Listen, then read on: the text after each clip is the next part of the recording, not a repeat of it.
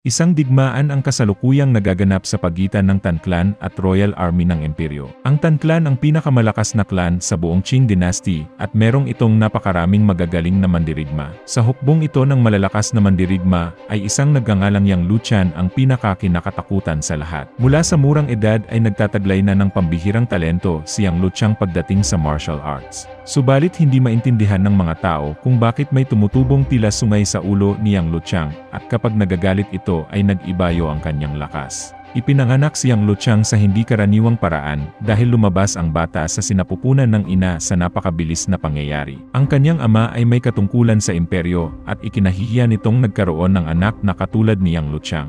Nang lumalaki na ang bata ay nakahiligan nitong manood ng mga nagsasanay ng martial arts. Sinubukan niyang gayahin ang kanyang nakikita nang biglang kunin ng mga bata ang kanyang pagkain. Nais niyang bawiin ang pagkain, ngunit pinagtawanan lamang siya ng mga kapwa bata lalo pa nang makita ang kanyang maliit na sungay.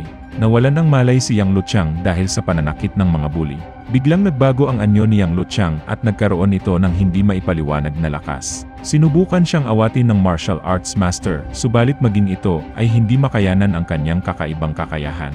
Matapos ito ay muling nawalan ng malay si Yang Luqian. Sa oras ding iyon ay nahuli ang ina ni Yang Luqian na ninanakaw ang pera ng asawa nito dahil ayaw ng lalaki na magbigay ng pera para sa kanyang anak. Pinahirapan ng lalaki ang kanyang asawa katulad ng ginagawa sa isang alipin at pinalaya silang mag-ina ng bahay. Mula ng araw na iyon ay namuhay na palaboy ang mag-ina hanggang sa muling makita ni Yang Luqian ang martial arts master na si Lo Xiao. Ayon kay Lo Xiao ang sungay ni Yang Luqian ay isang biyaya na tinatawag na 3 crown flowers at binibigay lamang ito sa mga napiling nila lang. Magbibigay ito sa kanya ng kakayahang matutunan ang anumang martial arts na kanyang nakikita. Nais gawing estudyante ni Lo Xiao ang bata dahil malaki ang potensyal nitong maging pinakamagaling na mandirigma. Natuwa ang ina ni Yang Luqian at pinayuhan nito ang kanyang anak na gawin ang lahat ng makakaya para sa nais niyang gawin. Ito na ang huling habilin ng kanyang ina sapagkat pumanaw na ito dahil sa kalupitang natamo mula sa kanyang ama. Mula noon ay naglakbay si Yang Luqian kasama si Master Lo Xiao upang matutunan ang lahat ng uri ng martial arts. Makalipas ang 10 taon ay napili si Yang Luqian na lumaban sa Royal Army dahil si Master Lo Xiao ay commander pala ng napakalaking sandatahan. Sa loob ng 10 taon ay nagpanggap si Master Lo Xiao na ordinaryong tao upang mahanap ang mga batang may potensyal sa pakikipaglaban. Subalit sa labanang ito ay sa Royal Army nakaayon ang pagkakataong manalo, kaya't inutusan ni Master Lo Xiao ang isa niyang sundalo na patamaan ang sungay ni Yang Luqian. Dito ay lumabas ang tunay na kakayahan ni Yang Luqian at naging madali na lamang napatayin ang mga kalaban. Subalit ang kanyang paggamit sa kapangyarihang ito ay mayroong side effect dahilan upang mawalan siya ng malay. Agad na kinuha si Yang Luqian at dinala sa isang tinatawag na Uncle Dong. Ayon kay Uncle Dong ay malala ang kalagayan ni Yang Luqian kaya't hindi muna niya ito pababalikin sa labanan. Subalit kabaliktaran nito ang nalalaman ni Master Lo Xiao dahil si Yang Luqian ay lalong gumagaling sa pakikipaglaban habang lumilipas ang oras. Ngayong nagamit na ang sungay ni Yang Luqian ay mas mag-ibayo pa ang lakas nito sa oras na makabalik sa labanan. Hindi pa rin pumayag si Uncle Dong dahil maaaring ikapahamak ni Yang Luqian ang nais ni Master Lo Xiao. Dagdag pa ni Uncle Dong na mag-aral ng martial arts si Yang Luqian mula sa pamilyang Chen upang mas makontrol nito ang kapangyarihang taglay ng sungay. Narinig ng nagngangalang Teacher Jay ang usapang ito at sinabing nais lamang kunin ni Uncle Dong si Yang Luqian sa pangangalaga ni Master Lo Xiao. Nagtalo ang dalawa hanggang sa humantong ito sa isang labanan.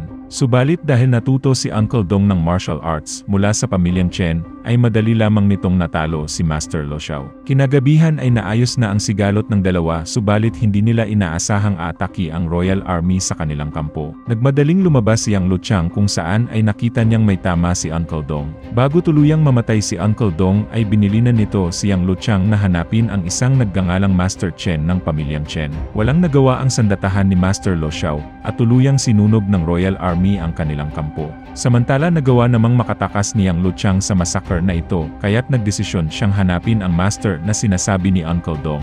Nang matagpuan niya ang nasabing lugar ay nakita niya ang isang lalaki na nagmi-meditate nang nakabaliktad sa puno. Sa bayan ay agad niyang tinanong ang mga tao kung saan matatagpuan si Master Chen. Subalit ayon sa mga ito ay hindi itinuturo ang kanilang martial arts sa mga hindi kabilang sa pamilya. Paalis na si Yang Luqian nang biglang nabangga siya ng sasakyan.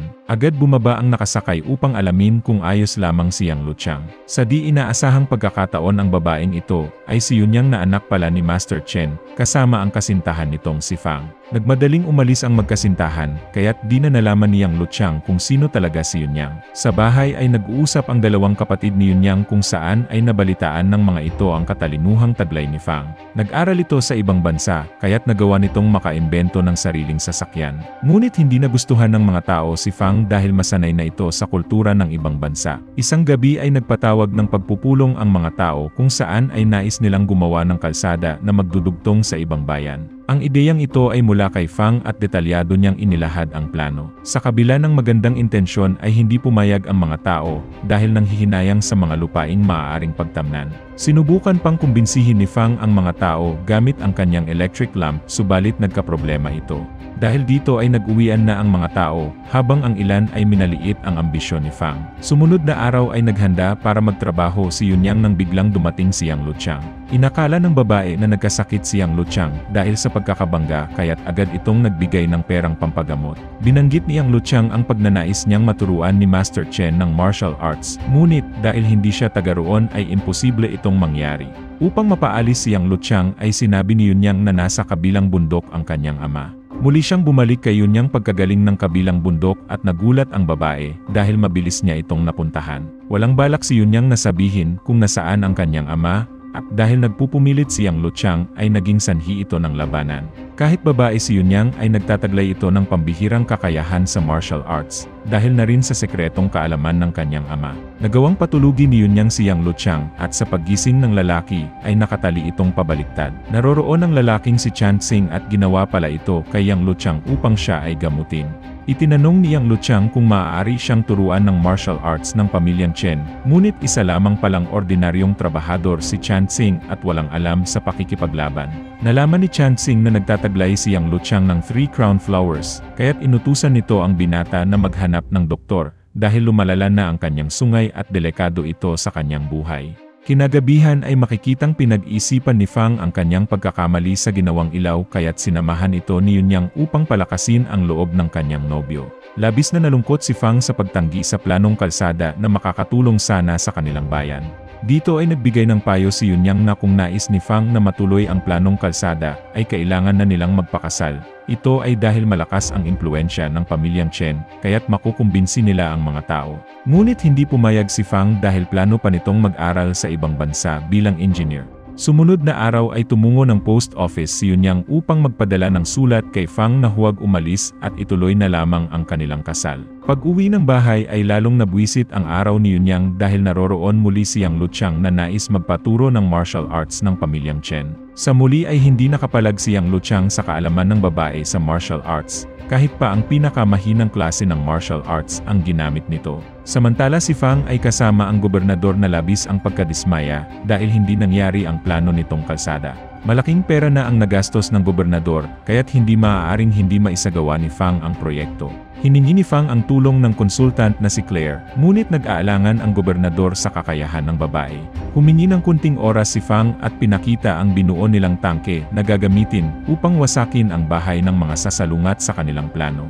Sumunod na araw ay makikita sa market si Yang Luqiang at naaalala niya ang huling habilin ng kanyang ina. Ang mga salitang iyon ang nagbigay ng tapang kay Yang Luqiang at sinubukan niya muling pumasok sa village. Subalit kinuyog siya ng mga residente dahil pinagbawalan na siya ni Yunyang na pumasok sa kanilang lugar. Sa kabila ng taglay na talento sa martial arts, ay hindi nagawang talunin ni Yang Luqiang ang mga taga roon kabilang na ang isang bata. Umalis si Yang Luqiang at ginamit ang kanyang abilidad na gayahin ang martial arts ni Yunyang at maging ng mga nakalaban niya sa nakaraang mga araw.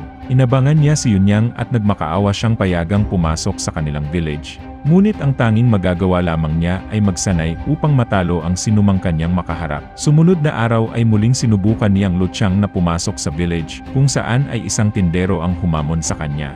Kung magagawa niyang sirain ang box na nasa kamay ng kalaban, ay papayagan siyang makapasok muli sa village. Ngunit gaya ng inaasahan ay malakas pagdating sa martial arts ang tindero kaya't napabagsak na lamang siya. Dito ay naaalala niya ang payo ni Chansing na gayahin ang mga galaw ng kalaban na naging maganda naman ang resulta dahil nahirapan ang tinderong mag-isip ng sunod na atake.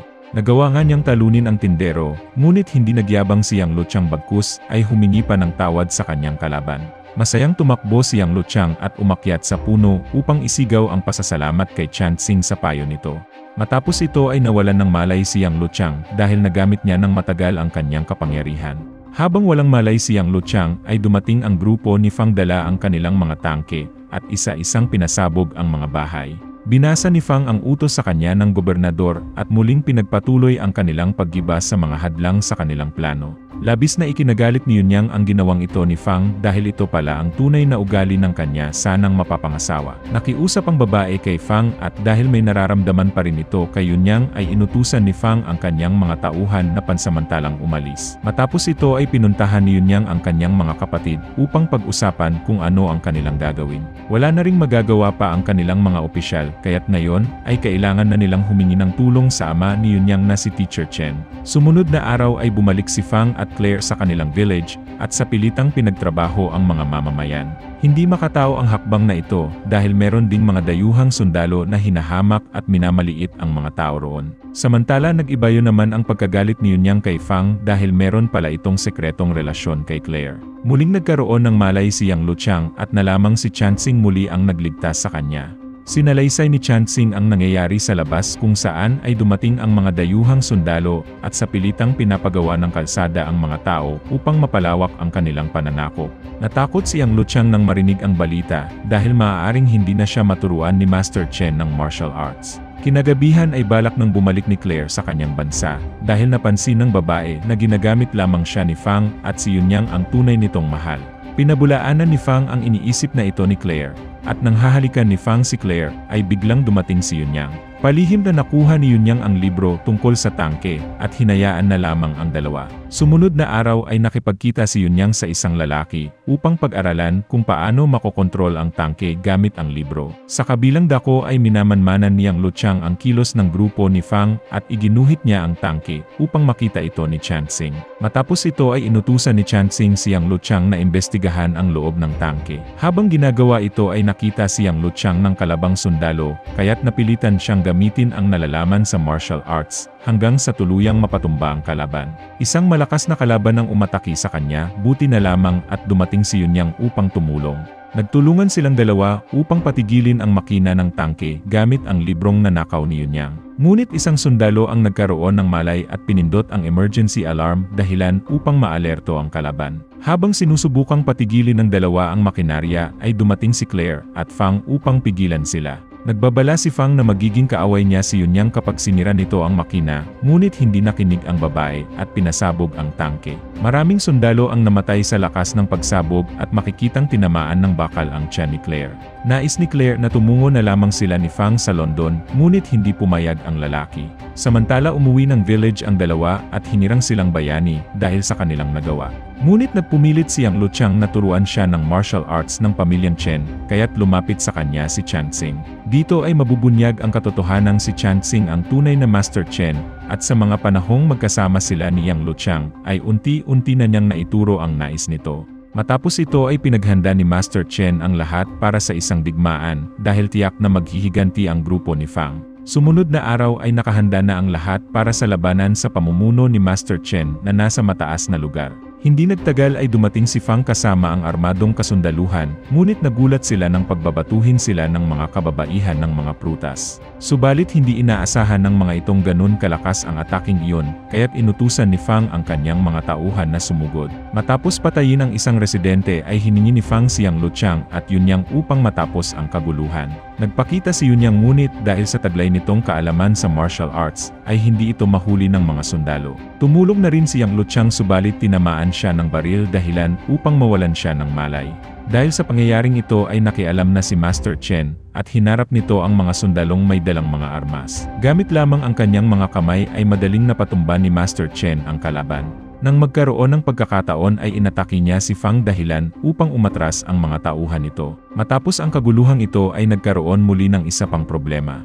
Ayon sa kautusan mula sa kanilang mga ninuno ay kailangang patayin si Yang Luchang dahil nalaman nito ang martial arts ng pamilyang Chen kahit hindi ito kadugo. Ang tanging paraan lamang upang maligtas si Yang Luchang ay ang pakasalan nito ni Yunyang upang maging parte ng pamilyang Chen. Napatahimik si Yunyang sa kanyang narinig ngunit napagtanto niyang ang kakulitan ni Yang Luchang noon ay unti-unting umagaw ng kanyang pansin.